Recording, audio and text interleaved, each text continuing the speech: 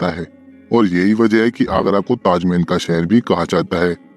आगरा भारत के उत्तर प्रदेश में यमुना नदी के तट पर बसा एक ब्यूटीफुल सा शहर है।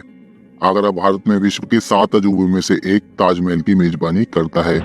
लेकिन आगरा में केवल यही एक जगह नहीं है देखने लायक, बल्कि कई ऐसी प्रसिद्ध जगह हैं जहाँ पर दूर दूर से टूरिस्ट आना पसंद करते हैं। और अगर आप भी हिस्ट्री लवर हैं तो आपके लिए ये जगह एकदम बेस्ट रहेगी। और दोस्तों, इस वीडियो में हम आपको आगरा ट्रिप से जुड़ी ये सभी जानकारी डिटेल्स में देने की कोशिश करेंगे। जैसे आप आगरा कैसे जाएं, आगरा में कहाँ ठहरे और कितने बजट में ठहरे, आगरा में खाने पीने की क्या व्यवस्था रहेगी, आगरा में आप कहाँ कहाँ पर घूमने के लिए जा सकते हैं और कैसे घूमने के लिए जा सकते हैं, कितने दिन का ट्रिप प्लान करें एंड आगरा ट्रिप को आप डे बाय डे कैसे प्लान करें एंड आगरा में आप डे बाय डे कैसे घूमें। साथ ही साथ दोस्तों, हम आपको ये भी बताएंगे कि आगरा घूमने आने का बेस्ट टाइम कौन सा रहेगा एंड मोस्ट इम्पोर्टेंट क्वेश्चन कि आगरा ट्रिप को कंप्लीट करने में आपका कितना खर्चा आएगा। दोस्तों, ये सारी जानकारी हम आपको स्टेप बाय स्टेप बताएंगे, इसलिए वीडियो को बिना स्किप किए एंड तक देखिएगा। चलिए दोस्तों, देर न करते हुए शुरू करते हैं। दोस्तों, सबसे पहले आपको ये जानना होगा कि आप आगरा तक कैसे पहुंच सकते हैं। आगरा तक आप बस, ट्रेन या फ्लाइट के थ्रू पहुंच सकते हैं। अगर आप बस के थ्रू आगरा तक पहुंचना चाहते हैं तो आपको दिल्ली, नोएडा या फिर आगरा के आसपास के शहरों से डायरेक्ट बस की सुविधा मिल जाती है। आप इजीली इन शहरों से आगरा तक बस के थ्रू पहुंच सकते हैं। एंड अगर आप ट्रेन के थ्रू आगरा तक पहुंचना चाहते हैं तो आपको आगरा में 2 रेलवे स्टेशन देखने को मिलेंगे। एक आगरा कैंट रेलवे स्टेशन जो कि ताजमहल से ओनली 6 किलोमीटर की दूरी पर है, और दूसरा आगरा फोर्ट रेलवे स्टेशन जो कि रेड फोर्ट के एकदम सामने ही स्थित है और इसकी ताजमहल से दूरी लगभग 3 किलोमीटर की है। और आपको इन दोनों रेलवे स्टेशन के लिए भारत के कई बड़े शहरों से डायरेक्ट ट्रेन की सुविधा मिल जाती है। आप इजीली यहाँ तक ट्रेन के थ्रू पहुँच सकते हैं। एंड अगर आप फ्लाइट के थ्रू आगरा तक पहुंचना चाहते हैं तो दोस्तों, आगरा में ही आगरा एयरपोर्ट है और आपको आगरा एयरपोर्ट तक के लिए भारत के कई बड़े शहरों से डायरेक्ट फ्लाइट की कनेक्टिविटी देखने को मिल जाती है, जिसकी ताजमहल से दूरी केवल 8 किलोमीटर की है। आपको यहाँ पर ट्रांसपोर्टेशन के लिए भी कोई दिक्कत नहीं होने वाली है। आप एयरपोर्ट से भी आसानी से ऑटो या फिर टैक्सी के थ्रू ताजमहल तक पहुँच सकते हैं। और दोस्तों, अगर आप आगरा के आसपास में ही रहते हैं और आप अपने व्हीकल से यहाँ पर पहुंचना चाहते हैं तो आप आराम से आगरा तक पहुंच सकते हैं, बिकॉज आगरा तक पहुंचने वाले रास्ते में रोड की कंडीशन काफी अच्छी देखने को मिलती है और ट्रांसपोर्टेशन की आपको आगरा में कोई दिक्कत नहीं होने वाली है।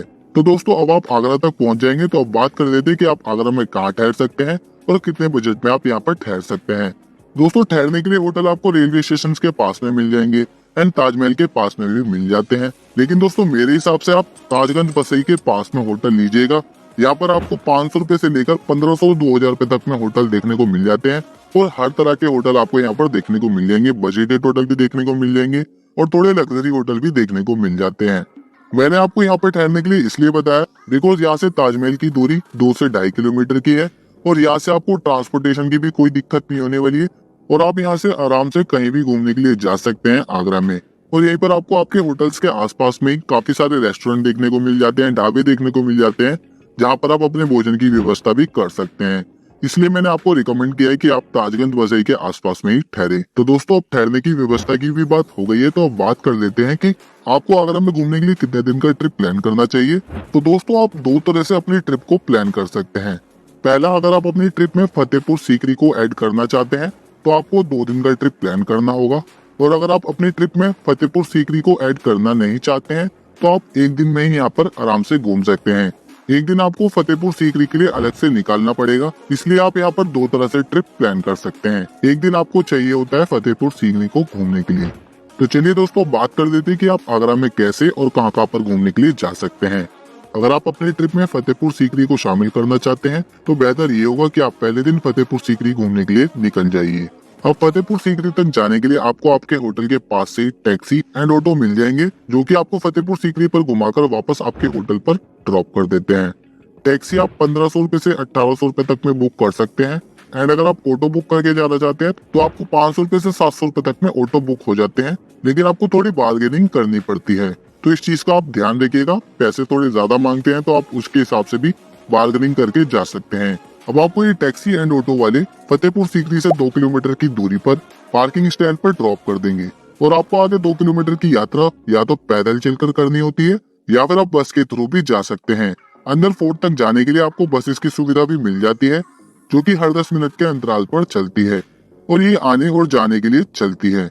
इस बस की टिकट 30 रुपए पर पर्सन की रहती है याद रखिएगा दोस्तों, आपको इसी टिकट से बस से वापसी करनी होती है, तो इसलिए आप अपनी टिकट को अपने साथ संभाल कर रखिएगा। दोस्तों अब आप फतेहपुर फोर्ट पर पहुंच जाएंगे तो आपको वहां पर सबसे पहले टिकट लेनी होगी, जिसकी टिकट 50 रुपए पर पर्सन की रहती है। एंड इसकी टाइमिंग सनराइज से लेकर सनसेट होने तक की रहती है। अंधेरा होने के बाद फोर्ट बंद हो जाता है। फतेहपुर सीकरी लाल बलुआ पत्थर से बना हुआ है। इसकी स्थापना 16वीं शताब्दी मुगल सम्राट अकबर द्वारा की गई थी और ये यूनेस्को वर्ल्ड हेरिटेज की लिस्ट में भी शामिल है। और ये जगह जोधाबाई के महल, जामा मस्जिद, बुलंद दरवाजा एंड सलीम चिश्ती के मकबरे का घर माना जाता है। उसके बाद आप अनूप तालाब और पंचमहल को भी देख सकते हैं। अंदर आपको और भी कई सारी चीजें देखने को मिलेंगी और यहाँ पर आपको घूमते घूमते 4 से 5 घंटे कब बीत जाएंगे आपको पता ही नहीं चलेगा। यहाँ पर अच्छे से घूमने के बाद आप वापस बस से बाहर आकर पार्किंग स्टैंड पर पहुँच सकते हैं। वहाँ से आप अपने ऑटो या फिर टैक्सी से श्री तिरुपति बालाजी टेम्पल के लिए जा सकते हैं। कहते हैं कि आगरा घूमने आने वाले ज्यादातर टूरिस्ट इस तिरुपति बालाजी मंदिर में दर्शन करने के लिए जरूर आते हैं। यहाँ पर आकर काफी आपको मन की शांति मिलती है और यहाँ पर दर्शन करने के बाद आप शाम को आगरा चौपाटी पर घूमने के लिए जा सकते हैं, जो कि रेस्टोरेंट एंड ढाबे के लिए काफी फेमस है। यहाँ पर आप अपने भोजन की व्यवस्था कर सकते हैं। यहाँ पर भी आपकी शाम कब बीत जाएगी आपको पता ही नहीं चलेगा। उसके बाद आप अपने होटल में रेस्ट करने के लिए जा सकते हैं। यहीं पर आपका डे 1 समाप्त हो जाता है। उसके बाद आप नेक्स्ट डे यानी कि डे 2 में सबसे पहले अर्ली मॉर्निंग ताजमहल के लिए जा सकते हैं। ये आपके होटल से लगभग 3 किलोमीटर की दूरी पर है। तो दोस्तों आप इस दूरी को या तो ई रिक्शा के थ्रू पूरी कर सकते हैं, जिसमें आपको 30 रुपए से 40 रुपए पर पर्सन का किराया आता है। आप ई रिक्शा के थ्रू ताजमहल तक पहुंच जाएंगे, या फिर आप डे 2 में भी सभी प्लेसेस की साइट सीइंग के लिए ऑटो बुक करके जा सकते हैं। डे 2 की साइट सीइंग के लिए आपको ऑटो 500 रुपए तक में बुक हो जाते हैं। लेकिन दोस्तों जैसे कि मैंने आपको पहले भी बताया कि यहाँ पर आपको थोड़ी बार्गेनिंग करनी पड़ती है। ताजमहल के पास में ही पार्किंग तक ये ऑटो वाले या फिर ई रिक्शे वाले आपको ड्रॉप कर देते हैं। ये पार्किंग ताजमहल से लगभग 1 किलोमीटर की दूरी पर है। अब आप आगे या तो पैदल ताजमहल तक जा सकते हैं या फिर इन बैटरी कार के थ्रू पहुंच सकते हैं। इन बैटरी कार के थ्रू जाने की टिकट 20 रुपए पर पर्सन की रहती है। रास्ता काफी अच्छा बना हुआ है, तो आप पैदल भी जा सकते हैं। ज्यादातर लोग पैदल भी जाते हैं। तो अब आप ताजमहल के पास में पहुंच जाएंगे तो आपको एक काउंटर देखने को मिलेगा, जहाँ पर टिकट काउंटर बना हुआ है। ताजमहल के अंदर जाने के लिए आपको 50 रुपए पर पर्सन की टिकट लेनी होती है। और अगर आप ताजमहल के ऊपर मकबरे तक जाना चाहते हैं तो आपको 200 रुपए पर पर्सन की टिकट लेनी होती है अलग से। तो आपकी 250 रुपए तक की टिकट हो जाती है। आप इस टिकट को काउंटर से ले सकते हैं या फिर आप ऑनलाइन बारकोड के थ्रू भी ले सकते हैं। और इसकी टाइमिंग सनराइज से लेकर सनसेट तक रहती है। यहाँ पर ज्यादातर हिस्टोरिकल प्लेसेस की टाइमिंग सनराइज से लेकर सनसेट तक ही रहती है और अंधेरा होने के बाद इसे बंद कर दिया जाता है। दोस्तों अगर आपके पास बैग या फिर खाने पीने का सामान है तो आपको यहाँ पर क्लॉक रूम में जमा कराना होता है। किसी भी तरह का इलेक्ट्रॉनिक सामान आप अंदर ले जा सकते हैं, लेकिन बैग और खाने पीने के सामान को आप अंदर नहीं ले जा सकते हैं। ताजमहल आगरा का ही फेमस टूरिस्ट अट्रैक्शन नहीं है, बल्कि ये पूरी दुनिया में काफी फेमस टूरिस्ट प्लेस है। इसलिए यहाँ पर दुनिया भर से टूरिस्ट आना पसंद करते हैं। इसको मुगल सम्राट शाहजहां ने अपनी पत्नी मुमताज के लिए बनवाया था। ताजमहल सन 1653 में बनकर तैयार हुआ था और इसकी ये बात भी काफी फेमस है कि इसको बनवाने के बाद शाहजहां ने सभी मजदूरों के हाथ काट दिए थे। ताजमहल को बनने में लगभग 17 साल का समय लगा था। गेट के पास से ही दिखता है खूबसूरत ताजमहल काफी अच्छा लगता है। लोग यहाँ पर फोटोग्राफी जरूर करते हैं। आप यहाँ पर अच्छे से घूमिए और फोटोग्राफी करिए। यहाँ पर आप गाइड भी हायर कर सकते हैं, जहाँ पर आपको 200 रुपए से 250 रुपए तक में गाइड मिल जाते हैं, लेकिन बार्गेनिंग थोड़ी करनी पड़ती है। दोस्तों ताजमहल को अच्छे से एक्सप्लोर करने के बाद आप अपने नेक्स्ट प्लेस रेड फोर्ट के लिए जा सकते हैं, जो कि ताजमहल से लगभग 2.5 किलोमीटर की दूरी पर स्थित है। रेड फोर्ट लाल बलुआ पत्थर से बना हुआ है। दोस्तों ये किला भी काफी खूबसूरत लगता है और ये भी यूनेस्को की वर्ल्ड हेरिटेज की लिस्ट में शामिल है। इस किले का निर्माण सन 1573 में बादशाह अकबर ने करवाया था। आपको इस किले के बाहर की साइड पर खाई देखने को मिलती है, जो कि भारी आक्रमणकारियों से बचने के लिए बनवाई गई थी।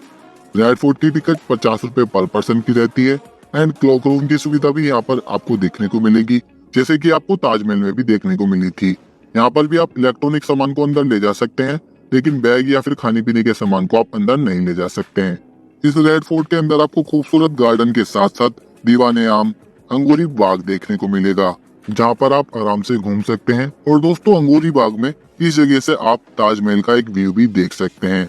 यहाँ से आपको ताजमहल का एक अमेजिंग व्यू देखने को मिलता है, जिसे आप अपने कैमरे में भी कैप्चर कर सकते हैं और आंखों से भी देख सकते हैं। काफी ब्यूटीफुल लगता है। यहाँ पर ज्यादातर लोग आकर ताजमहल के व्यू को भी देखते हैं। आपको लाल किले में भी पूरी तरह से घूमने में लगभग 3 घंटे का समय लग जाएगा। अब आप वहाँ पर अच्छे से घूमिए और उसके बाद आप मेहताब बाग के लिए जा सकते हैं, जिसमें 25 रुपए पर पर्सन की टिकट रहती है। मेहताब बाग एक खूबसूरत देखने लायक जगह है, जहाँ पर एक ब्यूटीफुल गार्डन है जो कि मूनलाइट गार्डन के नाम से प्रसिद्ध है।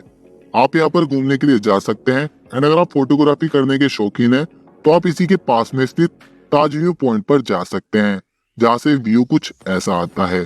अगर आप पूर्णिमा से 5 दिन पहले यहाँ पर आएंगे तो आपको यहाँ पर 50 रुपए पर पर्सन की टिकट लेनी होगी। ज्यादातर फोटोग्राफर यहीं पर आकर ताजमहल की फोटोज को कैप्चर करते हैं। और दोस्तों, उसके बाद अगर आपके पास और भी समय है आगरा में घूमने के लिए, तो आप इतमद उद दौला के लिए जा सकते हैं, अकबर टॉम के लिए जा सकते हैं, या फिर सिकंदरा के लिए जा सकते हैं।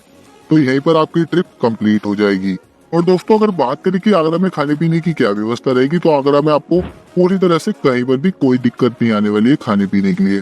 बिकॉज आपको हर जगह पर रेस्टोरेंट, ढाबे देखने को मिल जाते हैं। कई कई जगह पर आपको स्ट्रीट फूड भी देखने को मिल जाएंगे, जहाँ पर आप अपने खाने पीने की व्यवस्था कर सकते हैं।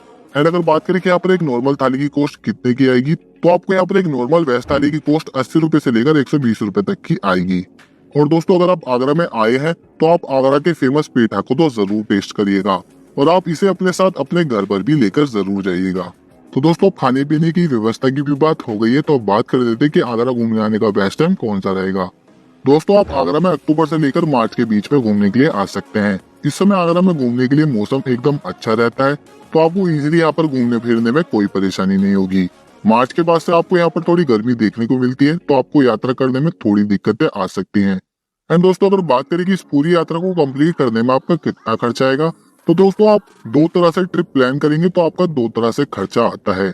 अगर आप एक दिन में ही आगरा घूमना चाहते हैं तो आपका 2000 रुपए से लेकर 2500 रुपए तक का खर्चा आता है। एंड अगर आप 2 दिन की ट्रिप प्लान करेंगे तो आपका 3000 रुपए से लेकर 3500 रुपए तक का खर्चा आएगा।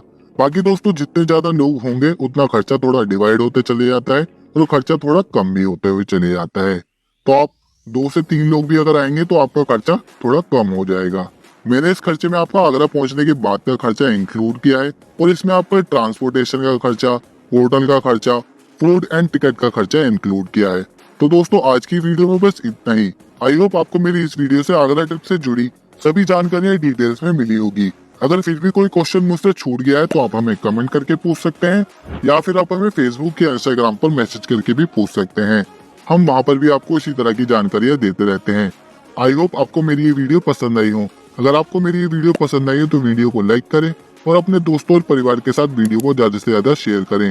एंड ऐसी ही और वीडियोस को देखने के लिए चैनल को सब्सक्राइब करें और बेल आइकन को प्रेस करना ना भूलें, ताकि आने वाली इसी तरह की और भी वीडियोस को आप सबसे पहले देख सकें। मिलते हैं अगली एक और इन्फॉर्मेटिव वीडियो में।